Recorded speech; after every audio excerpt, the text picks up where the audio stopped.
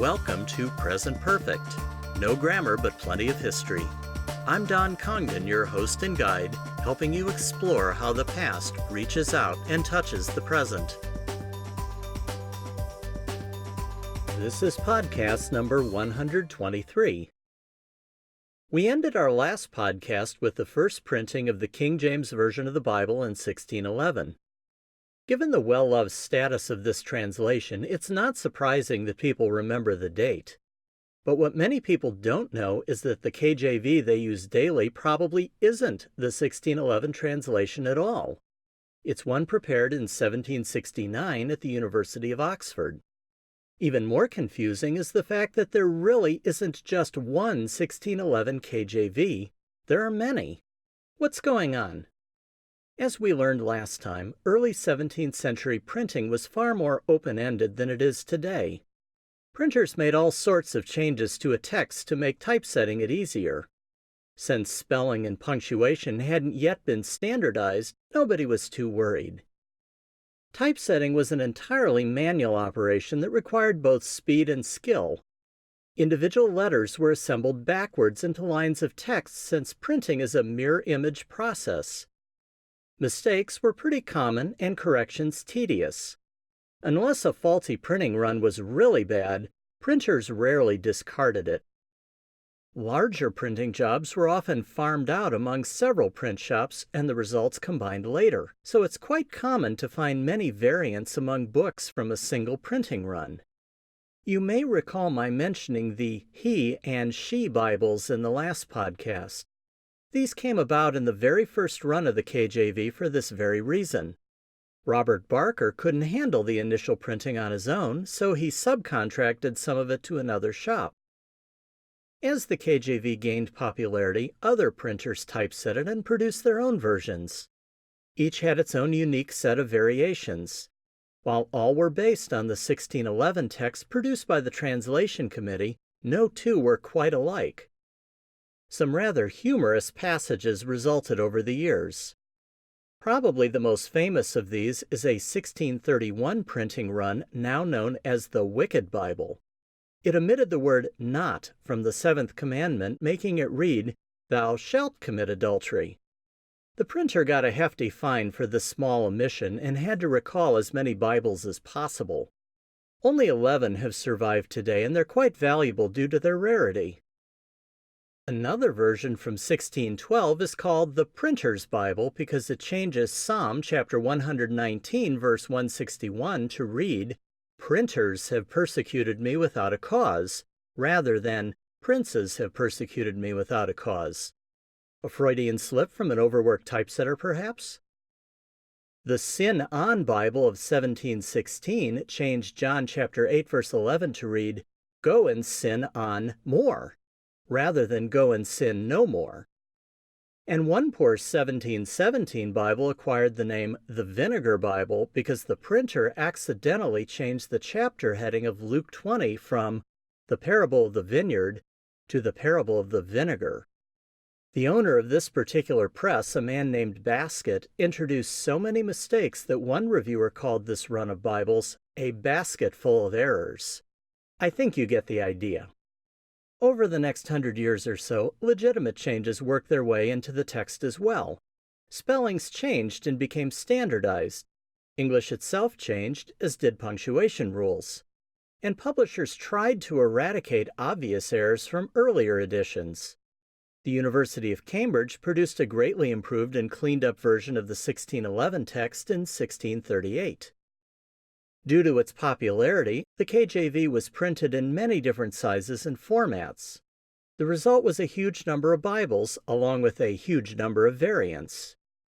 By the mid-1700s, English had changed quite a bit since 1611, so scholars and biblical language experts began to think that the KJV needed a refresh. The universities of Oxford and Cambridge both decided to produce revised KJV texts that would update the language, fix errors, and make some textual improvements.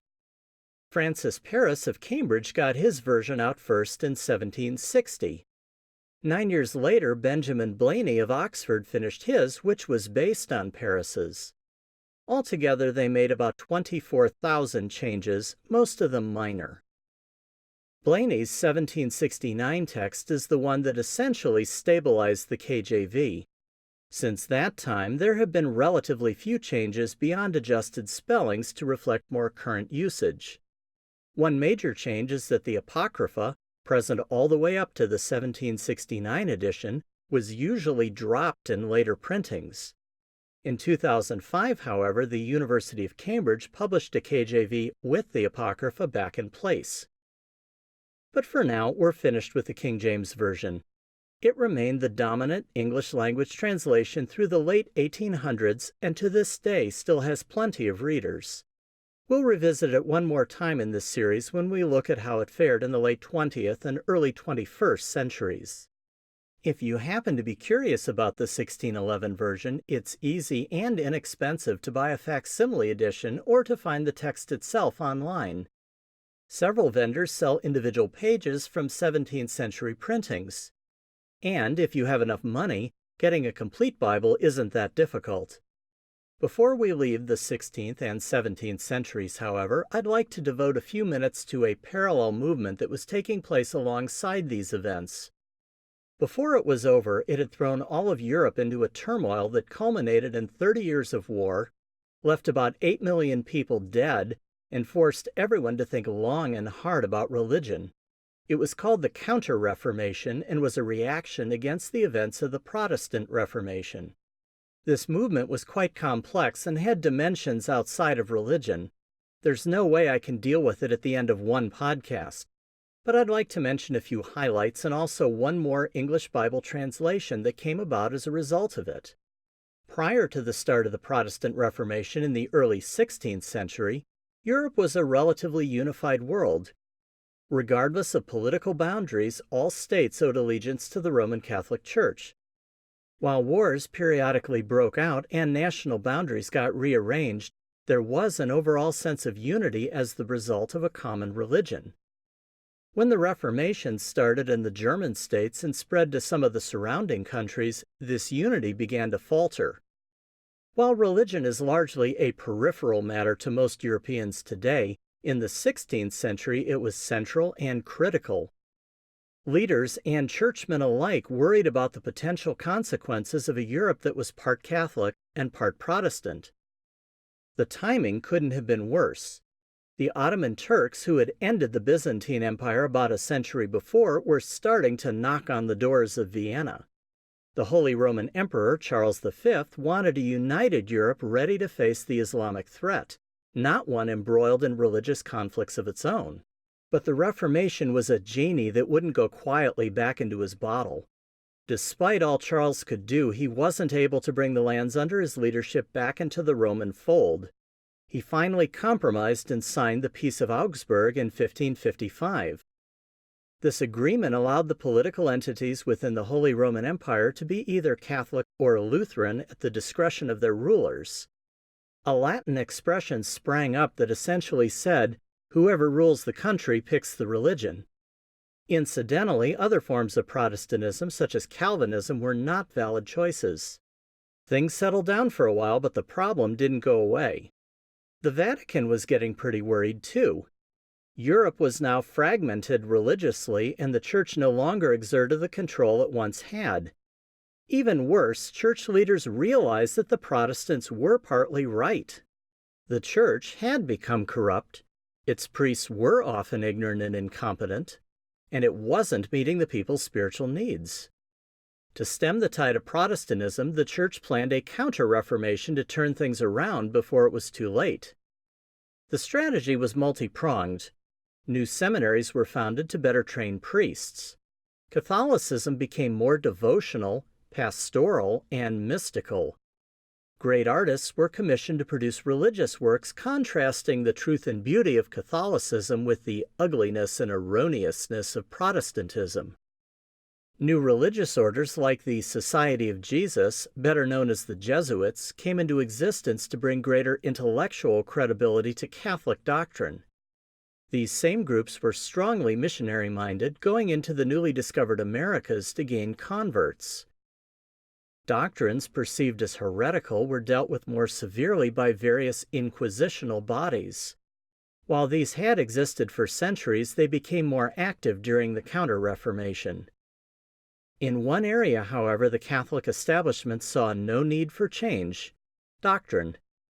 The Council of Trent, convened in 1545 and running through 1563, reaffirmed many existing doctrines, including those that dealt with salvation, works, the sacraments, and the clergy. The Latin Vulgate was formally confirmed as the Church's official Bible, and the apocryphal books were given essentially equal status with the canonical ones. It was in the midst of this program that a New English Bible appeared. While Reformers were behind most of the English Bibles that we've studied so far, Catholic translators prepared this one to assist in Counter-Reformation activities in England. It came to be called the Douay-Rheims Bible after the French cities of Douay and Rheims, in which exiled English clergy were living. The translators of the Douay-Rheims Bible used the Latin Vulgate as their source text, just as had John Wycliffe's team 2 centuries earlier. They did consult original language sources as well, and it's pretty likely that they used Wycliffe's Bible too, something that none of the Protestant Bible translators had done. As with Wycliffe's Bible, the Douay-Rheims wording was a bit awkward, because its translators did a fairly direct Latin to English conversion.